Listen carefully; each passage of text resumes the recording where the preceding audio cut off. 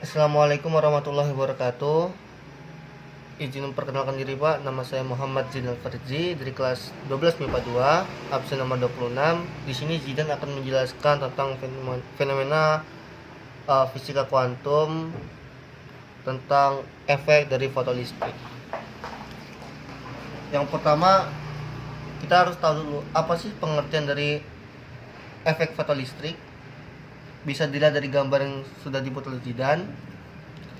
Efek fotolistrik terjadi ketika salah satu plat logam dikenai cahaya foton, terdapat arus yang menuju ke plat logam satunya, seperti yang telah terdeteksi oleh ampermeter pada rangkaian ini. Hal ini disebabkan oleh terlepasnya elektron dari permukaan logam ketika terkena foton dan berpindah ke plat logam lainnya. Padahal kalau dilihat lagi rangkaiannya, tidak ada sumber tegangan dari manapun. Terus energi yang menyebabkan perpindahan elektron ini dari mana? Tentu saja dari gelombang elektromagnetik cahaya. Kemampuan cahaya untuk memindahkan elektron bergantung sama frekuensinya. Jadi kalau misalnya intensitas cahayanya kecil tapi frekuensinya besar, elektron akan tetap bisa lepas. Hal ini dijelaskan oleh Albert Einstein dengan menggunakan konsep Max Planck, bahwa energi itu terkuantisasi. Jadi energi dari cahaya ini datang dalam bentuk paket-paket yang nantinya akan digunakan untuk menjalankan beberapa proses dalam peristiwa fotolistrik. Nah, rumus dari efek fotolistrik. Rumus besaran energi foton. Agar cahaya atau foton bisa melepaskan elektron dari salah satu logam untuk pindah ke logam lainnya, ada syarat yang harus dipenuhi, yakni energi foton harus cukup. Menghitung besaran energi foton dilakukan dengan pakai rumus yang Zidan tulis ini. E sama dengan H dikali F, di mana H itu merupakan nilai konstanta Planck yang besarannya itu 6,63 dikali 10 pangkat minus 34 meter kuadrat kilogram per second. Dan F itu merupakan frekuensi cahayanya. Jadi kalau misalnya fotonnya lebih dari 1, ya berarti HF-nya ini tinggal dikalikan aja dengan N, jumlah fotonnya. Dan yang kedua, rumus energi ambang dan energi kinetik. Dalam efek fotolistrik ada pergerakan pada elektron, dan di dunia fisika kalau ada pergerakan berarti ada energi kinetiknya. Nah, cara menghitung energi kinetik yang digunakan dalam suatu fotolistrik itu bagaimana sih? Nah, tadi kan Zidan pernah berkata, Pak, bahwa bilang paket-paket foton EF ini dipakai untuk dua hal.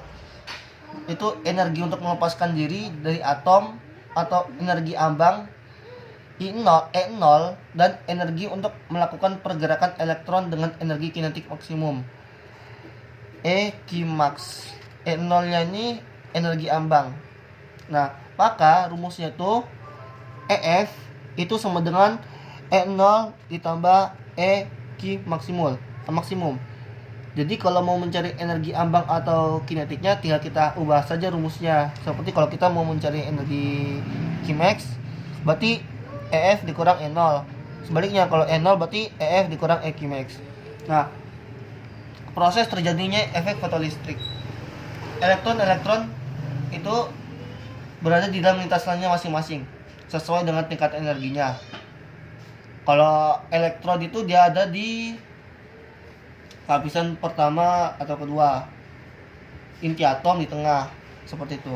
Nah, kulit terdalam itu di level energinya paling rendah, sedangkan kulit terluar yang level energinya paling tinggi. Gimana caranya biar elektron yang berada di kulit terdalam bisa keluar? Dia perlu energi yang cukup. Makanya dia menyerap energi dari cahaya dan melalui proses eksitasi, yakni lepasnya elektron dari orbital setelah dikenai energi. Nah, dalam proses eksitasi ini dibutuhkan energi eksitasi juga. Ini berbeda dengan energi yang sudah dimiliki oleh masing-masing elektron dalam kulit atom. Di sini buat tahu berapa energi eksitasi yang dibutuhkan itu cukup mudah. Misalnya kita memiliki E1, E2 dan juga E3. Masing-masing punya energi elektron 5, 8 dan 10. Sedangkan energi ambang untuk melepaskan diri dari atom itu adalah 13. Maka misal kita mau menghitung energi eksitasi untuk E1, Maka E0 dikurang E1, 13 dikurang 5 sama dengan 8. Seperti itu sih, Pak. Nah, sekarang kita kaitkan energi eksitasi ini dengan energi foton tadi. Sebelumnya kita udah mempelajari cara untuk mencari besaran energi foton dan udah tahu kalau jumlahnya harus cukup untuk melakukan perpindahan elektron. Nah, ini cukup ditentukan dari nilai energi foton dan energi eksitasi eksitasinya. Kalau energi foton itu kurang dari energi eksitasi, maka elektron tidak bisa berpindah. Misal energi fotonnya 20, tapi energi eksitasinya 25. Jadinya energi yang diserap sama elektronnya nggak cukup. Kalau ditambah 2 foton lagi dengan energi yang sama, bisa nggak? Tentu saja jawabannya no. Karena satu elektron itu hanya bisa menyerap energi dari satu foton. Nah, kita masuk tentang faktor-faktornya, Pak. Faktor yang mempengaruhi di efek fotolistrik. Yang pertama, bahwa frekuensi cahaya itu yang berpengaruh sama perpindahan elektron, bukan intensitasnya. Yang kedua, ada eksitasi elektron yang menyebabkan lepasnya mereka dari orbital atom setelah menerima energi. Dan ada ionisasi yang terjadi pada atom yang mengalami pelepasan atau penambahan elektron di kulit atomnya. Dan yang ketiga, energi eksitasi. Apabila energi foton lebih kecil dari energi eksitasi yang dibutuhkan, maka elektron tidak bisa mengalami perpindahan.